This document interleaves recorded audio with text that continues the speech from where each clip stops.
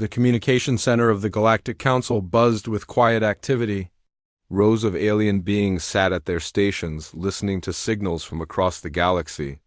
Most of the messages were boring trade reports or requests for help with broken machines. But today, something different came through the speakers. Lieutenant Kexra adjusted her large, pointed ears as strange sounds filled her headset.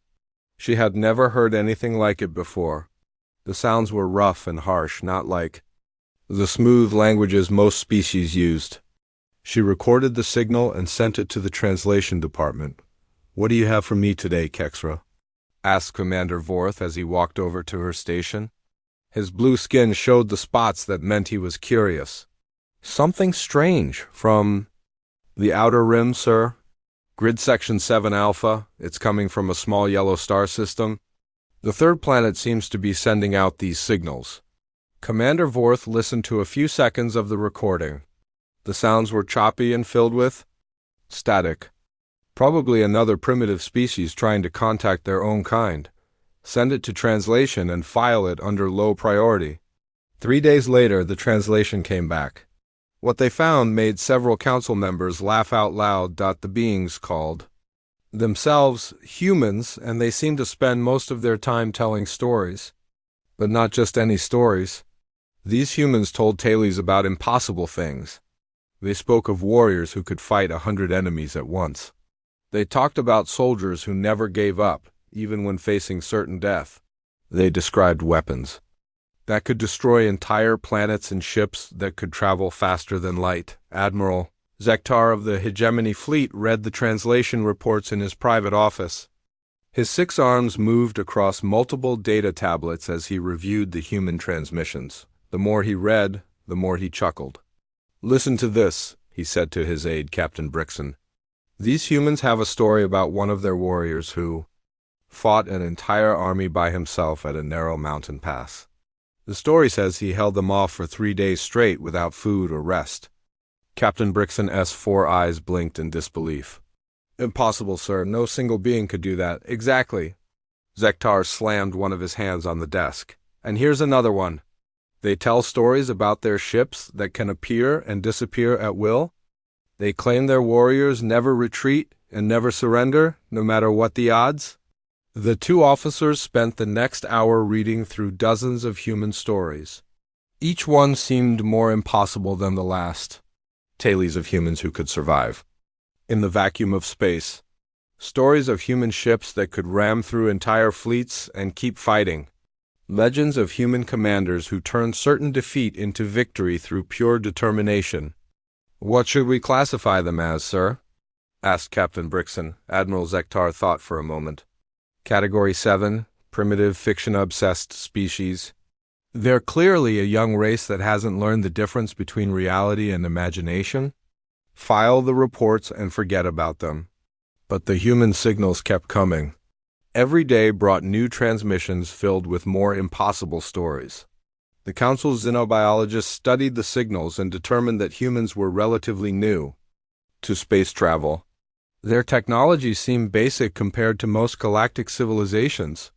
This made their wild stories even more amusing to the advanced alien races. Dr. Yathara, the Council's leading expert on primitive cultures, gave a presentation to the full assembly 3 weeks later. "The humans appear to worship something they call heroes," she explained to the gathered aliens. "These heroes are fictional beings who perform impossible tasks. The humans seem to believe that telling these stories makes them stronger somehow." The assembly hall filled with the various sounds different species made when they found something funny. The Creedle made clicking noises with their beaks. The Zephyrians hummed in harmony. The Valdorians simply shook their massive heads. "Do they have any real military capability?" asked Counselor Mexron from the War Planning Committee. Dr. Yathara consulted her notes. "Very limited. They have small ships that barely reach the speed of light. Their weapons are chemical-based projectiles. They've barely explored their own star system. If we wanted to, a single patrol ship could probably conquer their entire planet. Then why waste time studying them?" asked another counselor. "Entertainment value?" Dr. Yathara replied. Their stories are quite creative, even if they're completely impossible. The Council voted to place Earth under minimal observation and moved on to more important matters. The human signals were filed away in the archives, labeled as primitive cultural artifacts. But while the Galactic Council laughed at human stories, their deep space sensors began picking up something else. Strange energy signatures moving through the outer rim of the galaxy. The signatures were massive, larger than anything in their databases. They moved in perfect formation, traveling through areas of space that should have been empty. The first signature appeared near the Andorian Nebula. It registered on sensors for exactly 12 minutes, then vanished completely. 2 days later, another signature appeared 3 sectors away, then another. Then 5 more. Captain Veller of the Deep Space Monitoring Station tried to track the signatures, but they seemed to appear and disappear at random. Sir, I'm getting massive energy readings, but I can't lock onto them. They're there one moment and gone the next. Probably solar flares or gravitational anomalies, his commander replied. Log them and continue monitoring. But the signatures kept appearing, always in different locations. Always massive, always moving with purpose. The monitoring stations across the galaxy began reporting similar readings. Something big was moving through space. Something that didn't want to be seen. Admiral Zektar received the monitoring reports. A month after the human transmissions had been filed away, he read through them quickly, not seeing any connection between primitive human stories and mysterious energy signatures in deep space. Probably some kind of natural phenomenon, he told his staff. Space is full of things we don't understand yet. The Hegemony fleet continued its normal patrols, maintaining order in their sector of the galaxy. They had been the dominant military force for over 3,000 years. Their ships were fast, their weapons were powerful, and their soldiers were well trained. They had never met an enemy they couldn't defeat. In the depths of space, far from any inhabited world, something ancient began to stir. Machines that had slept for millennia slowly came online. Systems that had been dormant started running diagnostics. And deep in the command centers of these massive vessels, beings that looked remarkably human began to wake up. The signals from Earth weren't random transmissions from a primitive world. They were activation codes sent out into space by a civilization that had been pretending to be young and helpless.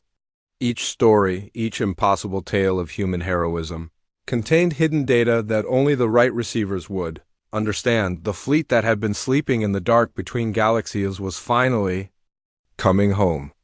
And they had been listening to every word the Galactic Council had said about their legends. Admiral Sarah Chun opened her eyes for the first time in 3,000 years. The cryogenic systems had kept her and her crew in perfect condition while they waited for the signal.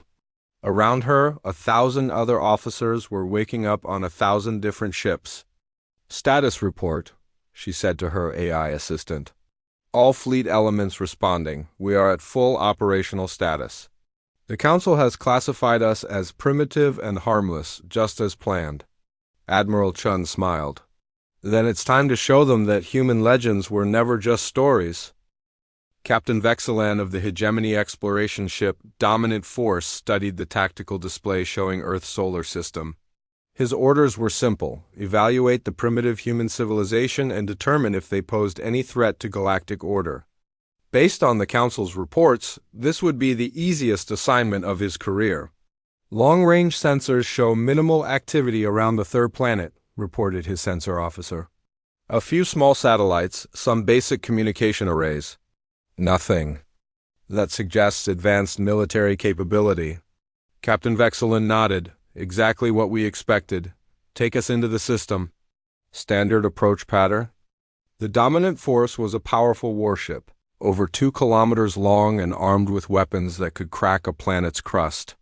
Behind it followed 3 smaller escort vessels, each one capable of destroying entire fleets of primitive ships. To the Hegemony, this was a routine survey mission. As they crossed into the outer edge of the solar system, something unexpected happened. Warning lights flashed on the bridge as the ship's sensors detected multiple objects moving toward them at incredible speed. Captain, we have incoming contacts. the sensor officer called out. They're moving faster than our sensors can track properly.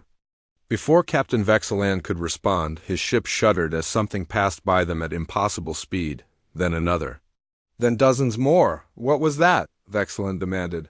Unknown, sir. The objects are too fast and too small for our targeting.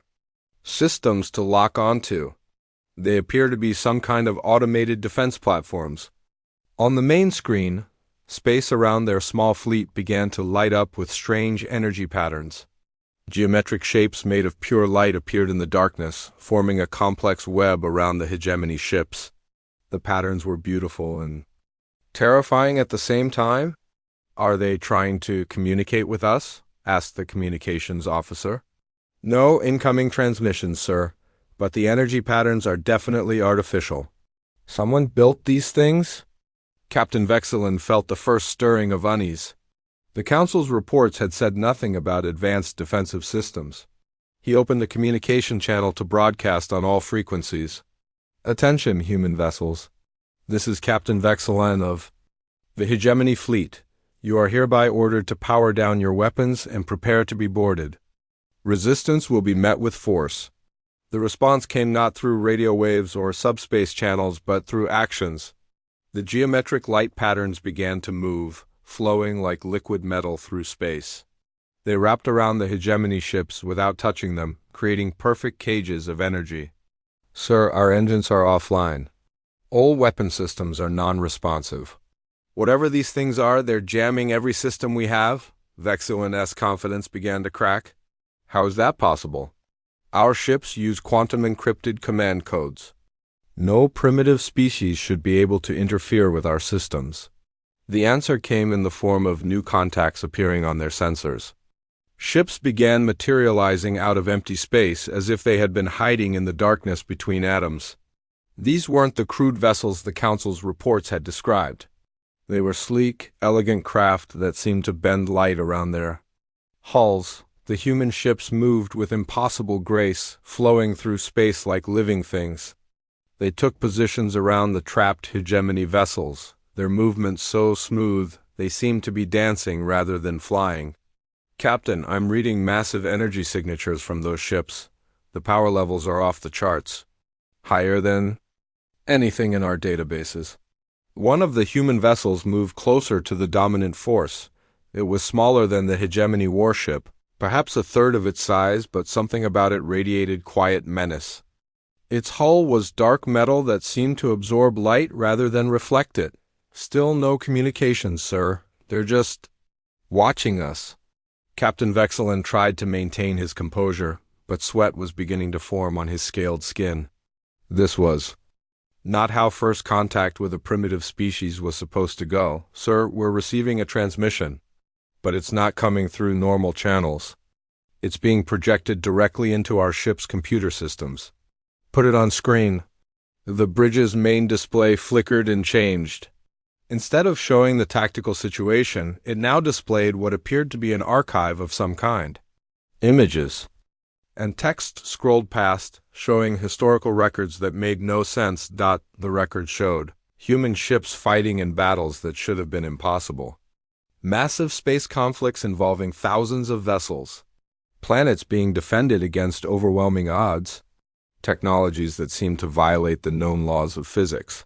This can't be real, whispered the sensor officer. These records show human ships fighting in the Theta War, but that was over 5,000 years ago, long before humans developed spaceflight. More images flashed on the screen. Human soldiers fighting alongside alien species that had been extinct for millennia. Human scientists working with technologies that the current galactic civilization had never mastered. Human commanders leading fleets that dwarfed anything the modern hegemony could field. Captain Vexeland stared at the display in growing horror. These have to be fabrications. Humans are a primitive species. We've seen their transmissions. They tell impossible stories. About fictional heroes. The transmission suddenly changed. Now it showed recent footage of Galactic Council meetings. Vexeland saw himself and other hegemony officers laughing at human stories. He watched Admiral Zektar dismissing human legends as primitive fiction. He saw the council vote to classify humans as harmless. Then a new voice filled the bridge. It was calm, quiet, and utterly human, Captain Vexilon. Your people have been studying our transmissions for several months now. You've decided that our stories are impossible fantasies told by a primitive species. Vexilon looked around frantically, trying to locate the source of the voice. Who are you?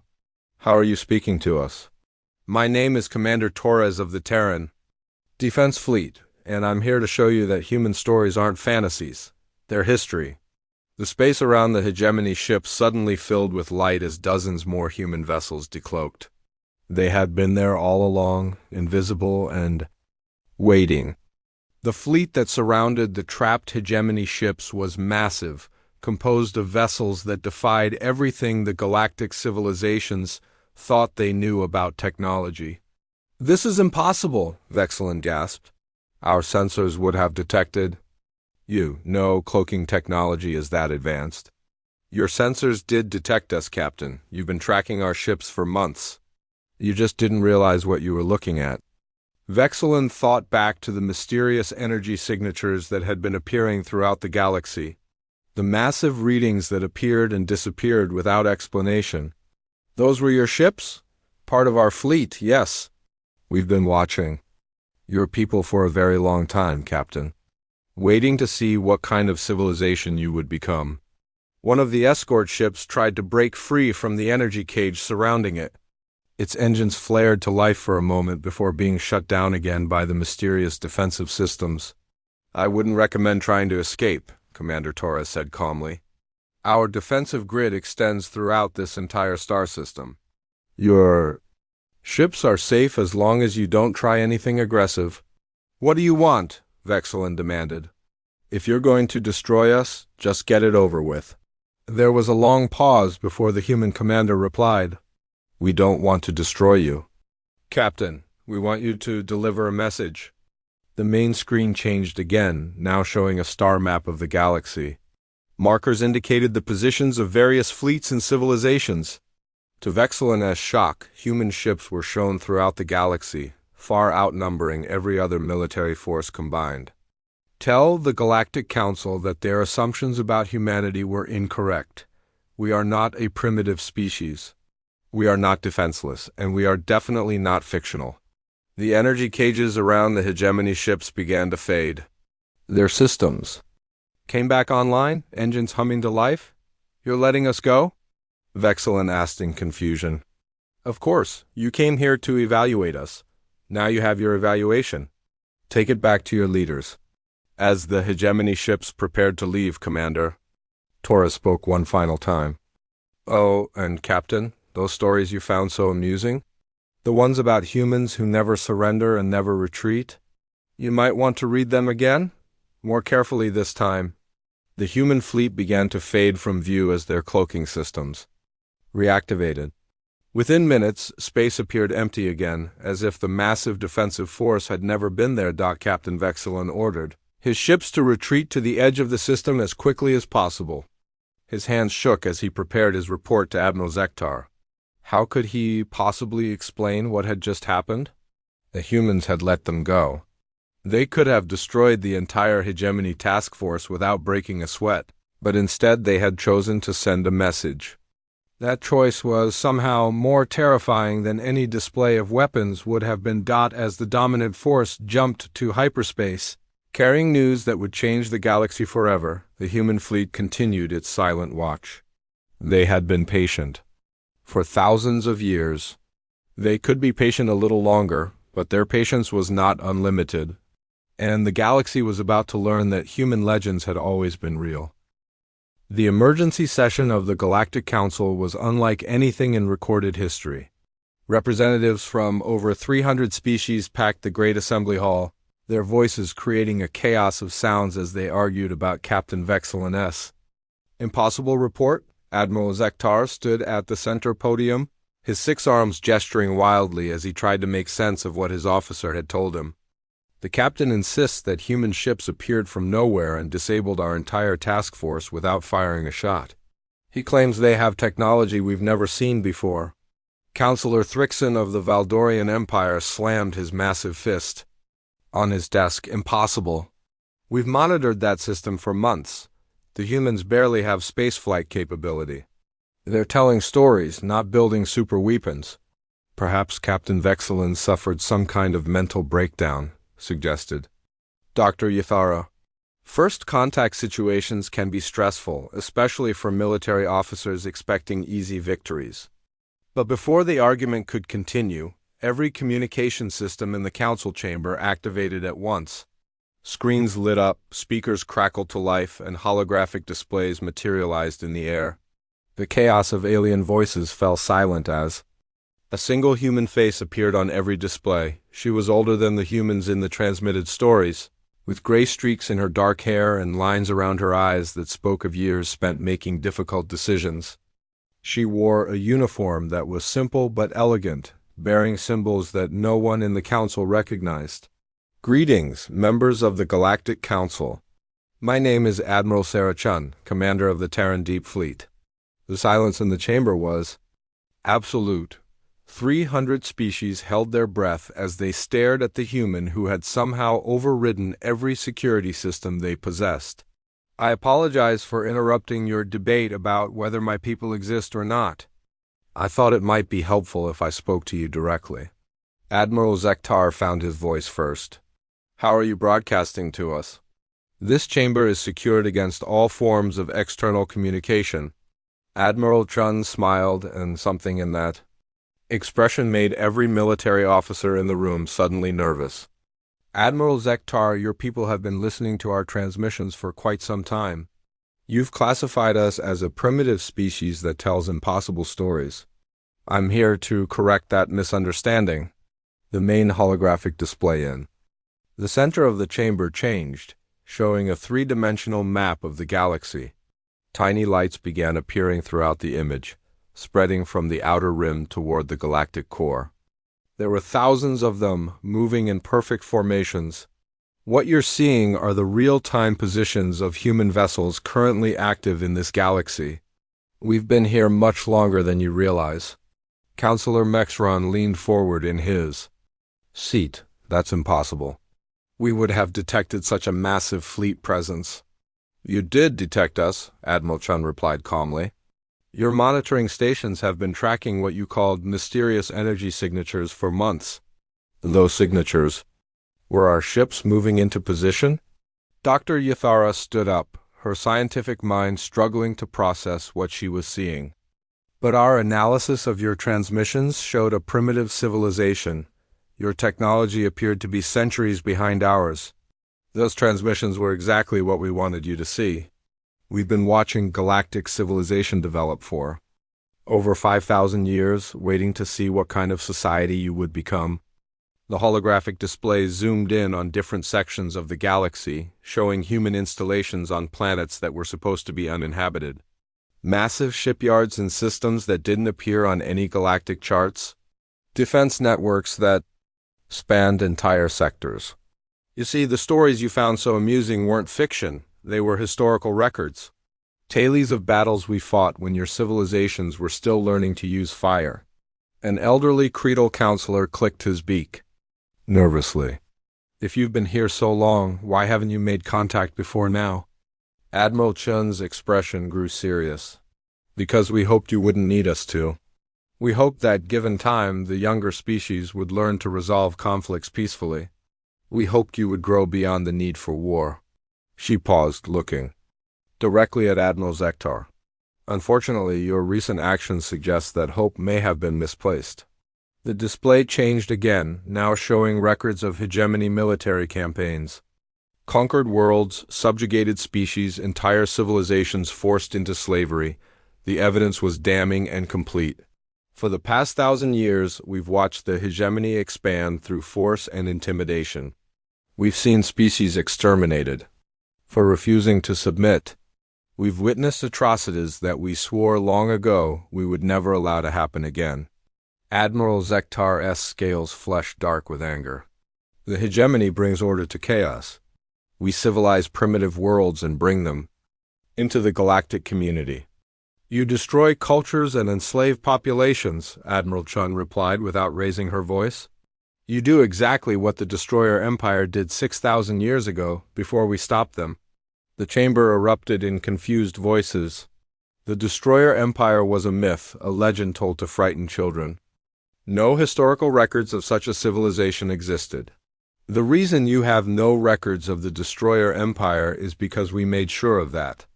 When we ended their reign of terror, we also erased every trace of their existence from galactic history.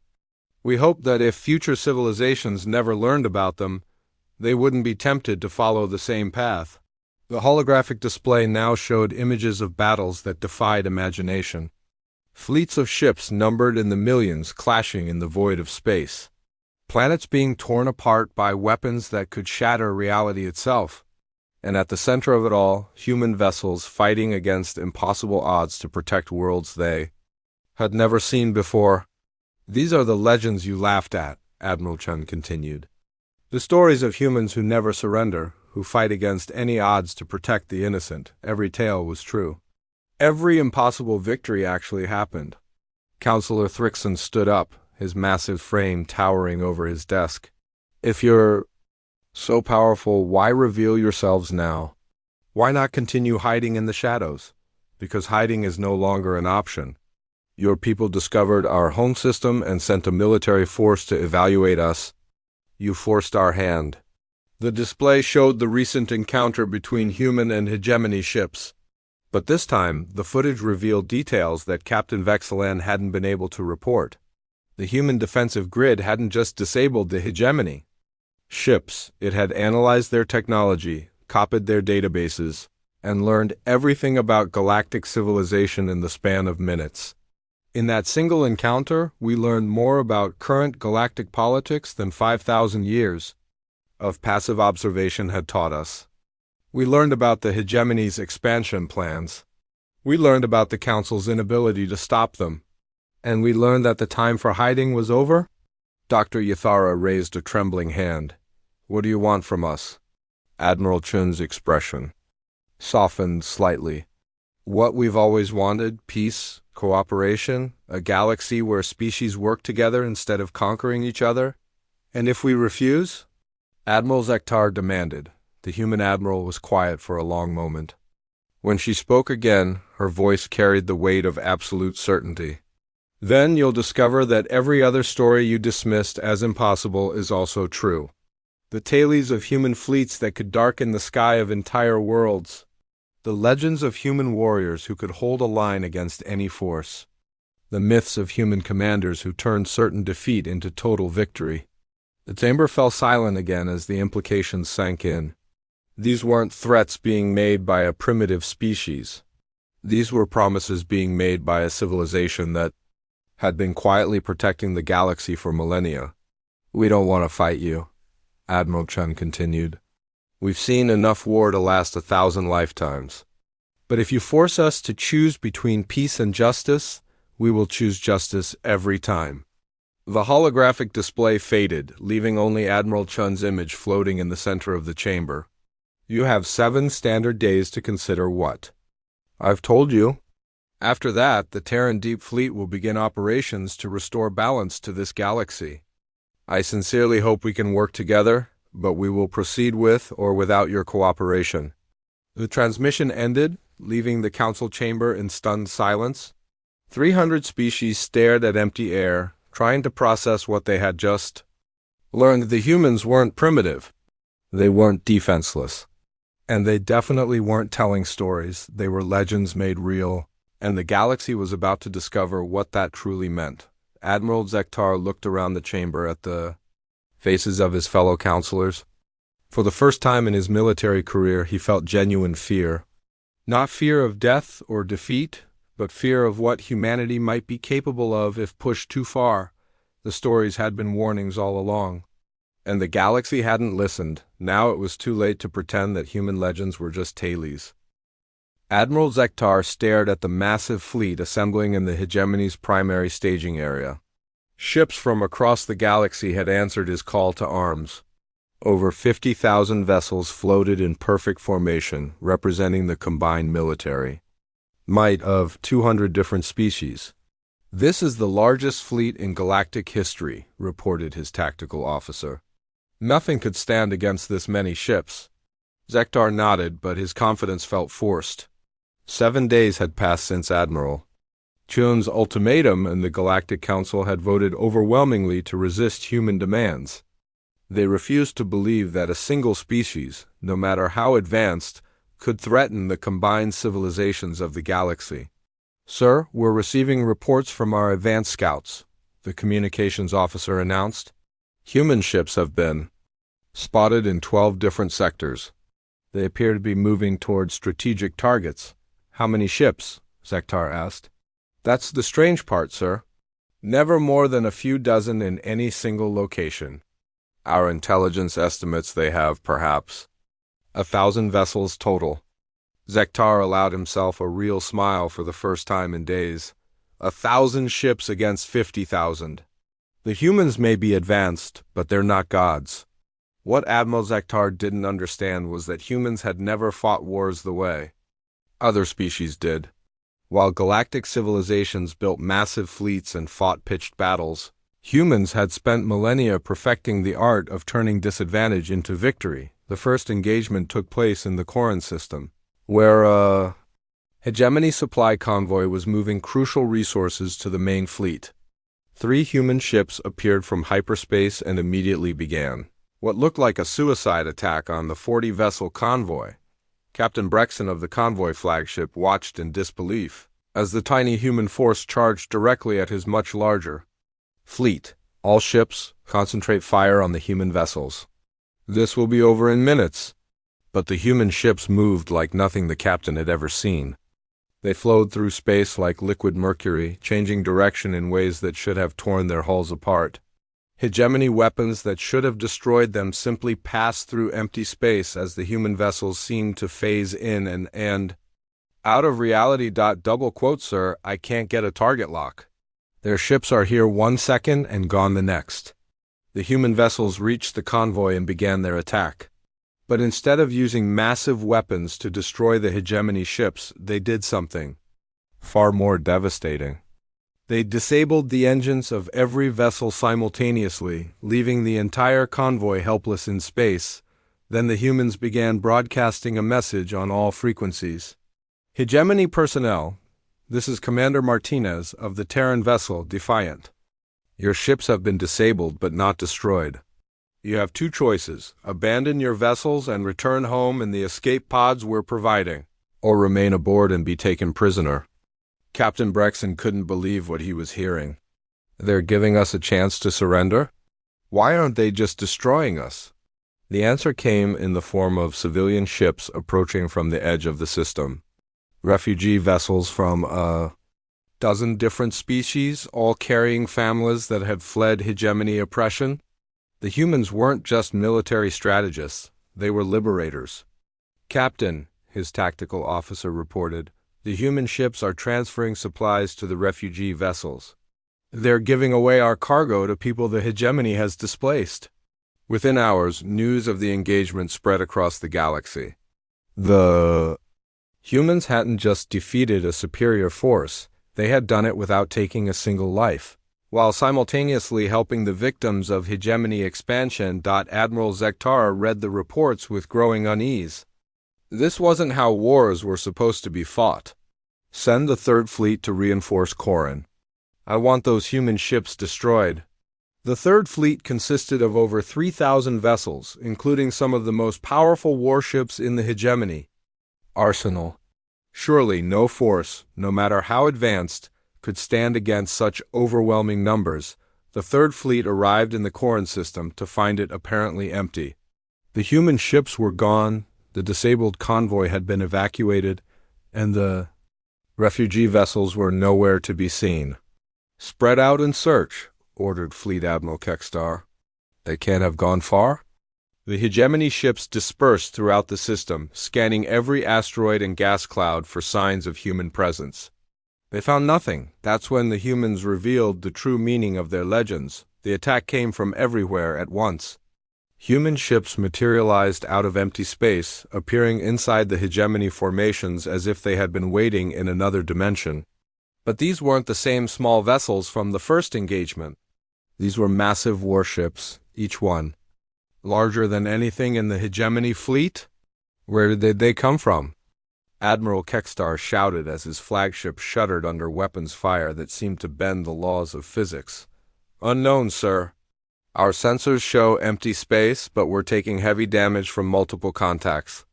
The battle that followed became known as the Phantom Engagement because half the human fleet remained invisible throughout the entire fight. Hegemony ships fired at targets they couldn't see, while human weapons struck with impossible precision from directions that shouldn't have been possible. But what shocked the galactic observers most wasn't the human technology, it was their tactics. Even with their overwhelming advantage, the humans went out of their way to disable enemy ships rather than destroy them. When hegemony vessels were crippled, human ships would move in to rescue the crews before the vessels exploded. Sir, the humans are beaming hegemony survivors aboard their ships, reported the tactical officer. They're providing medical care and safe transport to neutral worlds. Admiral Kekstar couldn't understand it. Why are they saving us? We're their enemies. The answer came from Admiral Chun herself, her voice broadcasting across all frequencies. Because every life has value, Admiral, even those who choose to fight us. The Third Fleet was completely defeated within 6 hours. 3,000 ships disabled or captured, with less than a dozen total casualties on both sides. The humans had turned an overwhelming military advantage into a humanitarian rescue operation. News of the victory sent shockwaves through the galaxy. Species that had been neutral in the conflict began openly supporting the humans. Worlds that had been forced into the hegemony started declaring independence, knowing that human protection would follow, but Admiral Zektar refused to accept defeat. If conventional tactics wouldn't work, he would try something the humans might not expect. Prepare the Omega Protocol, he ordered his staff. The Omega Protocol was the hegemony's most closely guarded secret, a weapon that could destroy entire star systems by causing their suns to go nova. It had been built as a last resort, never meant to be used except in the face of total extinction. Sir, that weapon is completely untested. We don't know what the side effects might be. The side effect will be dead humans, Zektar replied coldly. Target the Sol System. If we can't defeat their fleet, we'll destroy their home world. The Omega weapon was deployed in secret, hidden within a seemingly routine supply convoy. It would take several days to reach the Sol System, but once there, it would end the human threat permanently. What Zektar didn't realize was that the humans had been monitoring hegemony communications since their first encounter. They knew about the Omega Protocol before the weapon was even loaded onto its carrier ship. Admiral Chun stood on the bridge of her flagship, watching the tactical display show the weapon's approach. Her staff waited for orders to intercept and destroy the threat. Admiral, shall we destroy the weapon convoy? Chun shook her head. No, let it come, ma'am. The galaxy needs to see what the hegemony is truly capable of. They need to understand the choice they're really making. The weapon convoy reached the outer edge of the Sol System and began its final approach toward Earth's sun. Across the galaxy, every species watched their sensors, waiting to see how humanity would respond to the ultimate threat. That's when the galaxy learned the most important human legend of all, the story of what happened when humanity had nothing left to lose. The space around Earth erupted with light as thousands of human ships decloaked simultaneously. Not the sleek vessels they had shown before, but massive fortress ships that had been built for only one purpose: to protect their homeworld against any threat. No matter how powerful, the Omega weapon didn't even reach the sun. It was intercepted, disarmed, and safely destroyed by human defenses that made their previous displays of technology look primitive by comparison. Then Admiral Chun's voice filled the communication channels of every ship in the galaxy. The hegemony has just attempted to commit genocide against an entire world. They would have destroyed our sun, killing not just humans but every living thing in our system. This is the enemy you have chosen to support. The reaction was immediate. Hegemony allies began switching sides by the dozens. Neutral worlds declared their support for humanity. Even some hegemony member species began rebelling against their own government. Admiral Zektar watched his empire crumble in real time as the galaxy turned against him. "This isn't over," he broadcast to Admiral Chun. "We still have the largest fleet in galactic history." "Yes, you do," Chun replied calmly. "And we're about to show you why that doesn't matter." The final battle took place in the Nexus system, a strategically important location at the crossroads of major hyperspace routes. Admiral Zektar had chosen it carefully, believing that the terrain would favor his massive fleet over the humans. Smaller, more maneuverable ships, what remained of the hegemony's forces gathered there, 30,000 vessels representing the last military strength of a dozen different species. They formed a defensive wall 3 light minutes wide, bristling with enough firepower to reduce planets to dust. "This is where we make our stand," Zektar announced to his fleet commanders. "The humans may have superior technology, but they cannot be everywhere at once. When they arrive, we hit them with everything we have." The human response arrived exactly on schedule. Admiral Chun brought her entire fleet out of hyperspace in perfect formation, 1,000 ships that looked impossibly small against the hegemony's massive wall of vessels. "Is that all?" Zektar laughed. "They're outnumbered 30 to 1. Even with their advanced technology, they can't possibly defeat us all." But as the human fleet moved into position, something strange began happening throughout the galaxy.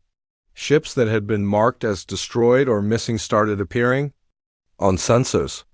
The vessels that had been defeated in previous engagements suddenly powered up and began moving toward Nexus.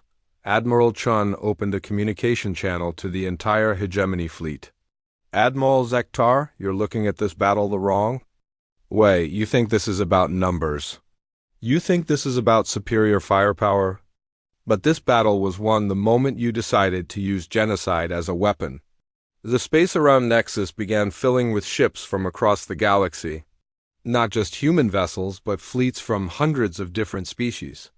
Worlds that had been liberated by human forces. Civilizations that had been protected from hegemony expansion. Even former hegemony allies who had switched sides after witnessing the attempt to destroy Earth. "You see, Admiral, humans have been fighting wars for thousands of years. And we learned long ago that the most powerful weapon isn't a gun or a bomb. It's the willingness to sacrifice everything to protect others." The coalition fleet that assembled around the humans was enormous, over 100,000 ships representing nearly every species in the galaxy. But they weren't there as conquerors. They were there as protectors, united by a common understanding of what the hegemony represented. Admiral Zektar stared at his tactical display in growing horror. "This is impossible. How did they coordinate such a massive force without us detecting it?" "Because they didn't need to coordinate it," his tactical officer replied quietly. "Every ship here came on its own. They all made the same choice independently." The battle began not with massive energy weapons or world-destroying bombs, but with a simple transmission from Admiral Chun.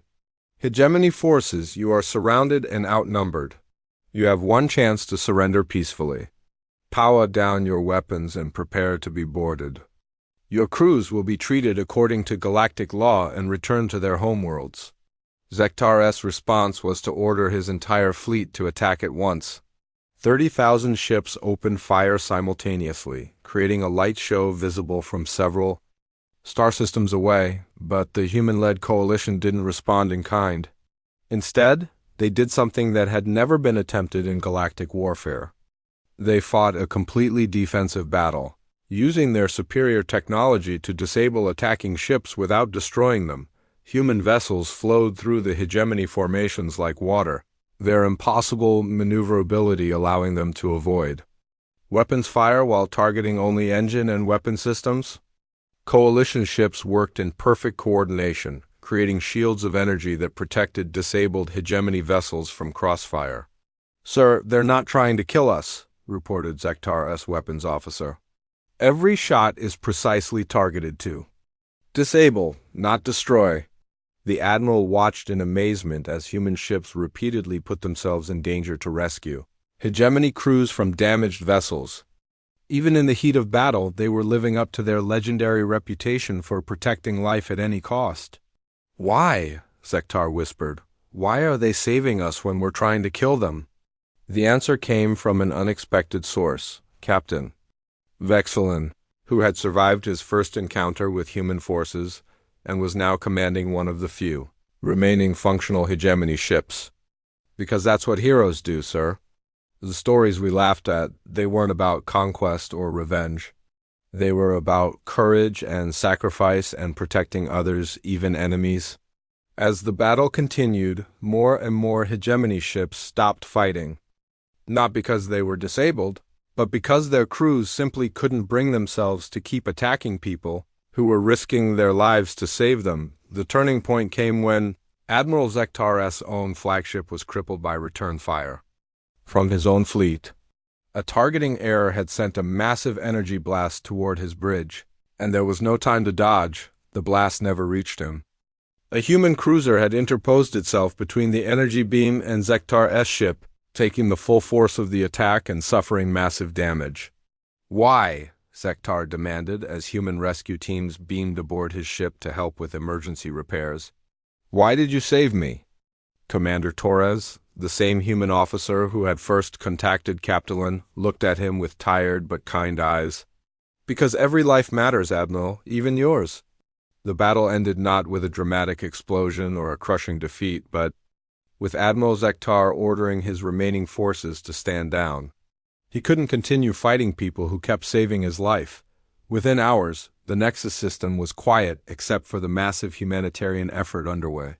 Human ships worked alongside former enemies to rescue survivors, provide medical care, and repair damaged vessels. The largest space battle in galactic history had become the largest rescue operation ever attempted. 3 days later, Admiral Chen stood before the emergency session of the Galactic Council. The great assembly hall was packed with representatives from across the galaxy, including many species that had never participated in council politics before.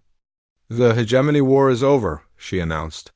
"Not because we destroyed our enemies, but because we showed them a better way." Admiral Zektar, his arms in medical restraints from injuries sustained in the battle, stood at the defendant's podium. But instead of facing execution or imprisonment, he was listening to a very different kind of judgment. "The Terran Deep Fleet has been watching galactic civilization for 5,000 years, Admiral Chun continued. "We've seen empires rise and fall. We've watched species make the same mistakes over and over again. And we've always hoped that eventually someone would learn from history instead of repeating it." She gestured to the assembled representatives. "Today you have that chance. The choice isn't between human rule and hegemony rule. The choice is between cooperation and conflict, between growth and stagnation, between the future and the past." Dr. Yathara, the xenobiologist who had first dismissed human stories as primitive fiction, raised her hand. "What happens now? Do humans take control of galactic government?" Admiral Chun shook her head. "We never wanted to rule anyone. We wanted to protect everyone. Our fleet will remain active, but only as guardians. We'll help defend against external threats and prevent any single power from dominating others. But the galaxy will govern itself." "And the hegemony?" asked Counselor Thrixen. Chun looked at Admiral Zektar. "The hegemony as a military empire is finished. But the species that made it up still have value. They have knowledge, resources, and cultures worth preserving. We'll help them transition to peaceful coexistence with their neighbors." Over the following months, the galaxy began to transform. Worlds that had been conquered were liberated and helped to rebuild. Species that had been enemies for centuries began working together on joint projects. Technologies that had been hoarded by military powers were shared freely to benefit everyone. The human fleet kept its promise, remaining active but never interfering in local politics. They became legends in a different way, not as conquerors or rulers, but as the guardians who made sure that the galaxy's children could grow up in peace. Admiral Zektar stripped of his military rank but pardoned for his crimes, spent his remaining years working with human scholars to document the real history of galactic warfare. His writings became required reading in schools across hundreds of worlds, teaching new generations about the true cost of conflict. Dr. Vexelen became one of the first graduates of the new Galactic Peace Academy, a joint human-alien institution that trained diplomats and peacekeepers. His first assignment was to return to worlds the hegemony had conquered and help negotiate reparations and reconstruction agreements. Dr. Yathara led a team of researchers studying the human archives, learning about civilizations that had risen and fallen long before current galactic history began. Her work helped preserve the lessons of the past and prevent future conflicts, and Admiral Sarah Chun returned to her place in the deep void between galaxies, where the human fleet continued its eternal watch. The ancient ships that had slept for millennia were awake now, their crews ready to respond if the galaxy ever again faced threats it couldn't handle alone. The stories that had once been dismissed as impossible fantasies became the foundation of a new galactic culture. Children across